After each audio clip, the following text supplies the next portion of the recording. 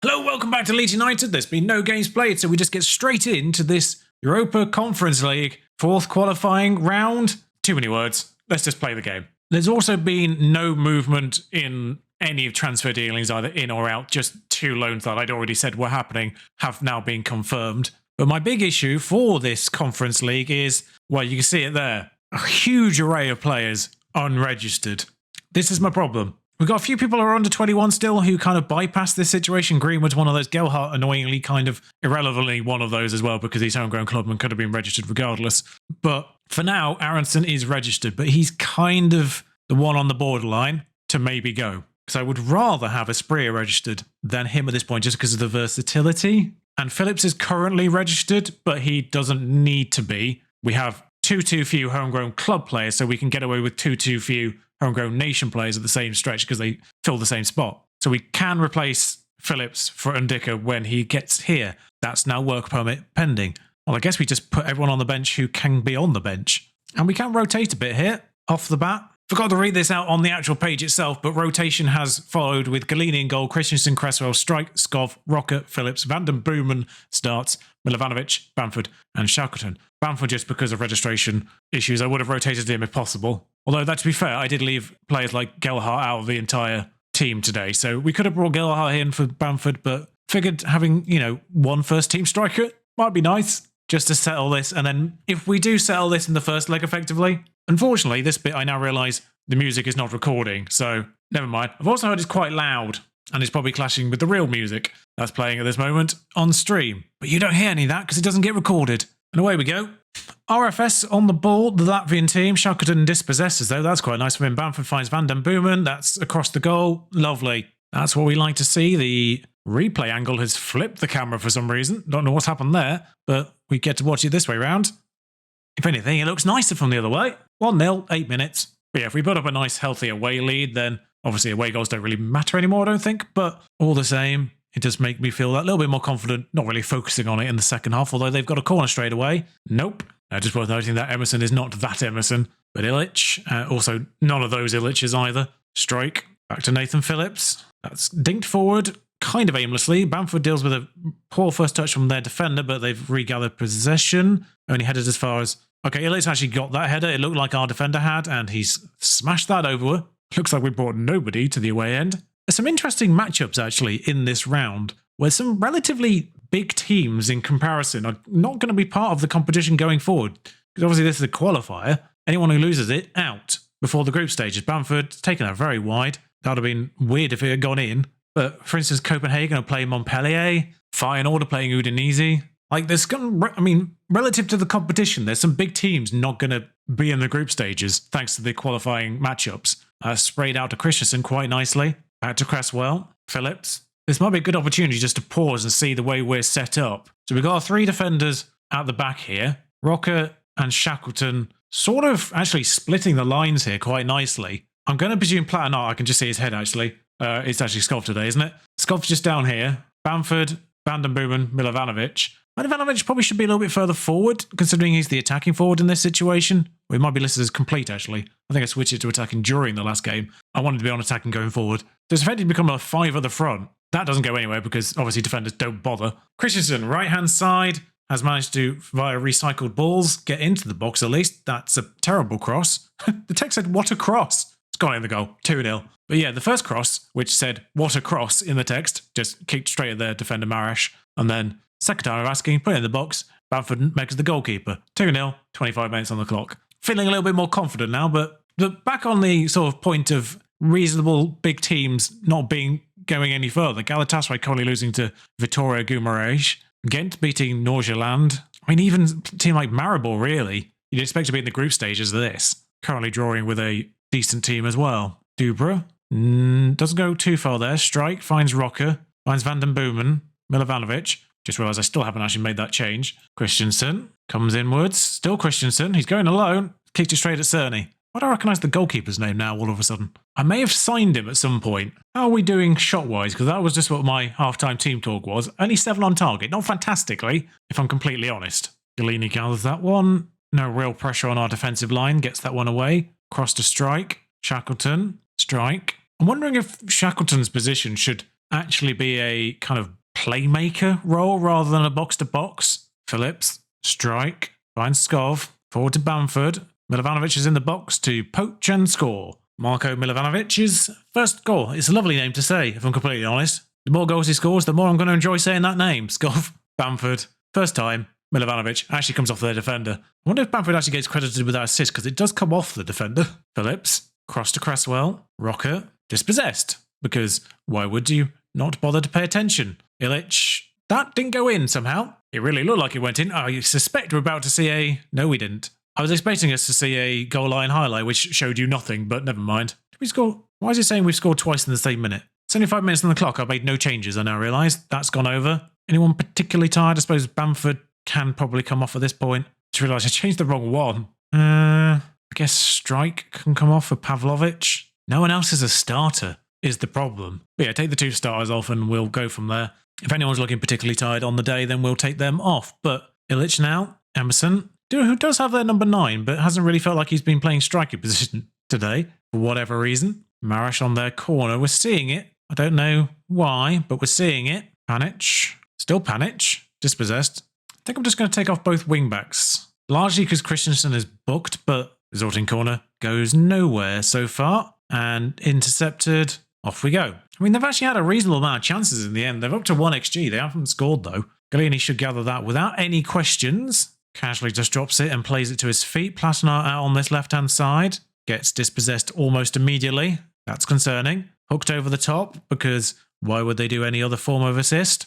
As soon as I left that guy's foot back there, I knew it was going in the goal. Thankfully, he was offside to begin with. But as soon as I left his foot back there, I just like, that's going in the goal. I've seen how this goes before. Now we'll just make one very late change. Rocker for... we'll put Gagliardini in that role today. We won't risk a Tyler Adams injury, thank you very much. And see now 3-0. So on the verge of playing Aston Villa, Evan Undika does have his work permit, so we can confirm that now. Problem is he's going to have a horrible squad number because we've filled them up. Stephen Gerrard's still in charge of Aston Villa this game, well, because this save was made before he was fired and then updated in the game. And he survived a year, so good job, Stephen. But we will focus on the Aston Villa game, I think, because a 3-0 away victory puts us in a very good stead for the second leg, so I'll let you know what the result is for that. But beyond that, we'll just focus on this Villa game and the transfer deadline day. Might be a bit of a bumper one. West Ham have beaten Newcastle 5-2. Blimey. Okay, so for Aston Villa, Meslier in goal, and Dicker gets his start. He's only just arrived, but he's going straight in. Strike and Kovacevic, Platinart, Adams, Livramento, Santos, Aronson, Bamford, Pedro up front. I do think Skov is better than Platinart now, but just a case of who's played when, more than anything. The Aston Villa team, surprisingly, Aston Villa still, minus Perez and Niakate, who they acquired from relegated Forest. So, as far as I'm concerned, the rest of that team is just Aston Villa, as they already are. So off we go for this league game. Our first away match, we could do with getting something here, actually, because obviously the first one didn't go fantastically in our favour. Just looking at our average positions, it's sort of working out the way I want it to. Although cash on that overlap is not great news for us, as he's gone all the way. Apparently he's been fouled. And if Kovacevic is the one in trouble here, then I don't know if that goes down as double jeopardy or not, but, well, okay then. Well, game's obviously decided to mug us off here. I mean, the obvious thing to do is this. Whether or not he's going to need to go further back, I don't know, but the nonsense starts already. Fantastic news. Niakate is the one who takes this. How is he their best penalty taker? I'd be fascinated to know what his penalty taking attribute is. 15. It's not bad. I still would have expected someone like Coutinho to have better penalty taking than him, but never mind. Even Dini with his set-piece specialisms. When we're on possession here, Adams finds Santos. That's just kicked straight to Matty Cash. I love the fact we're down on shorter passing. That's a two-footed lunge by Platinart that completely misses. And Perez is in all of the space, and they've scored. What is the point? What's their feet quality like? Can they play left-footed? Nope. Swap them over. We're just going to try that, aren't we? 4-3-2 is always the best way to go when you're down to 10 men. Do you know what this highlight is, though? Because I've tried to make tactical changes there, and I've got a highlight as my reward.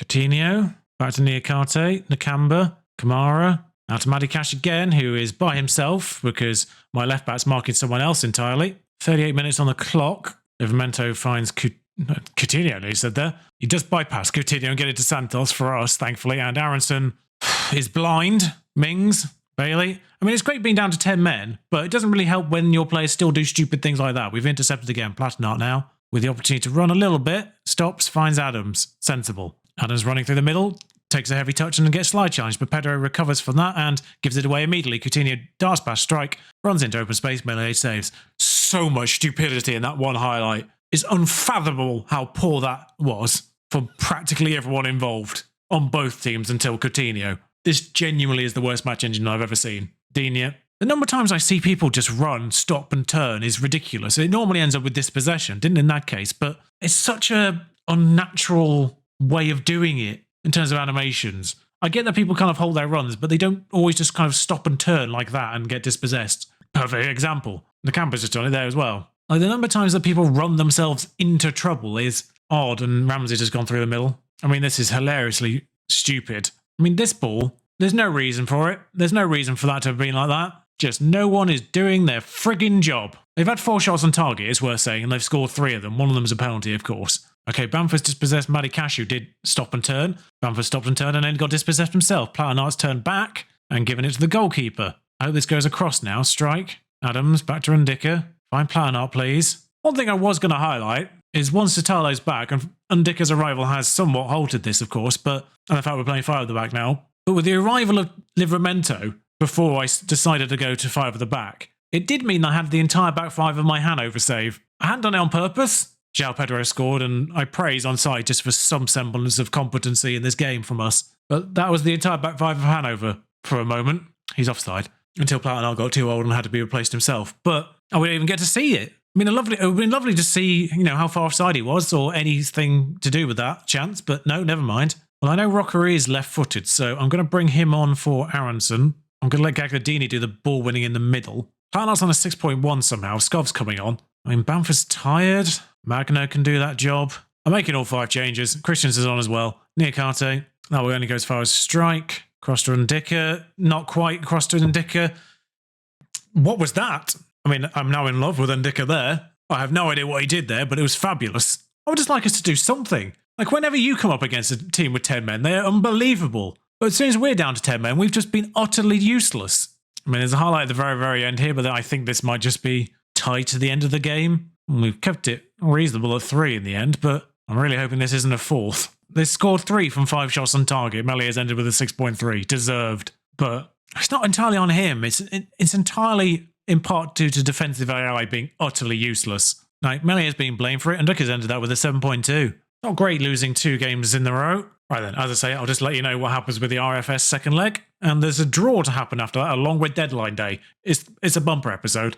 But one bit of bright news is we beat Monaco to the signing of Thiago Almada. Monaco of years past is still quite good in this year's game, apparently £10 million. Jumper reach, not fantastic. Strength, not fantastic, but the rest of his physicals are fine. His mentals are actually really quite good now. And his technicals are quite nice. And if we ever need anyone to take a penalty, step right up, please. Well, that's the last space we've got. We need to get rid of players so badly. I get the sense this is going to be a case of selling people in January. Sorry, did Bournemouth just sign Aubameyang? Bournemouth have just signed Aubameyang. Don't get me wrong, he's awful. Well, I mean, he's all right. This guy just got sold without really any input from me. 1.9 million for Bogos. I mean, I'll take it. Liam Cooper's going to Valencia. It's a loan deal, but it's equivalent to 8 million all told once the mandatory future fee comes in. Have fun. Buy plenty of sunscreen. So like I say, I'll just bring you the scoreline, but we are going effectively full rotation here. So Talo's on the wrong side. More about getting game minutes for him before anything else. Oh, 2-1 on the night, 5-1 overall. Sinistera scored. I brought him on as pressing forward. Ghent overturned a deficit. No, sorry, Ghent have defended a lead there. Out of AEK and odds, all of them lose on the day. Braga are out. Copenhagen beat Montpellier away. Osijek overturn a deficit. They're the ones that have actually overturned a deficit. All right, 2.5 million for getting to the group stages. That's kind of nice, I guess. Okay, so the group stage draw is happening during deadline day. I thought this would happen afterwards with its fancy graphics. Oh yeah, what pot are we in? We are in pot 1. We are in Group E.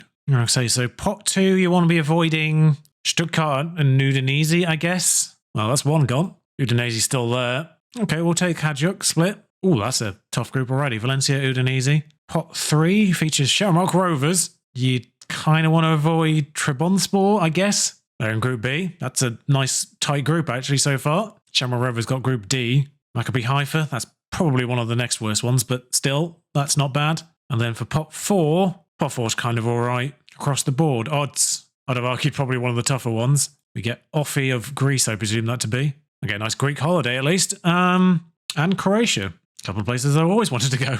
They say easy group, but let's be honest, there wasn't that much scope for a hard group. Yay, okay, that's good for Greenwood. That's annoying from Dallas. Ziyech was tempted to be loaned to Wolves and it failed somehow. Well, that resolves that. Apparently we spent the most money, but we also signed the most, I guess. That resolves that. I will actually see you for the first proper conference group game, and we'll do the Liverpool game that precedes it. Again, not going too far, but I think the episode after that will be a lot deeper in, because I'll be honest, unless there's something crazy that happens in this group stage, then there's probably not that much reason to bring you back before possibly the final game. A little bit annoying it's the same team at the beginning and the end, but never mind. Well, if you enjoyed this, at least we got through to the group stages of the Conference League. The Premier League's not gone fantastically so far. No goals, 4 conceded, no wins. Superb. But nonetheless, thank you for watching. Until next time, if you've enjoyed this, like, comment, subscribe. You know the deal. Even if I almost forget to say it. Ta-ra.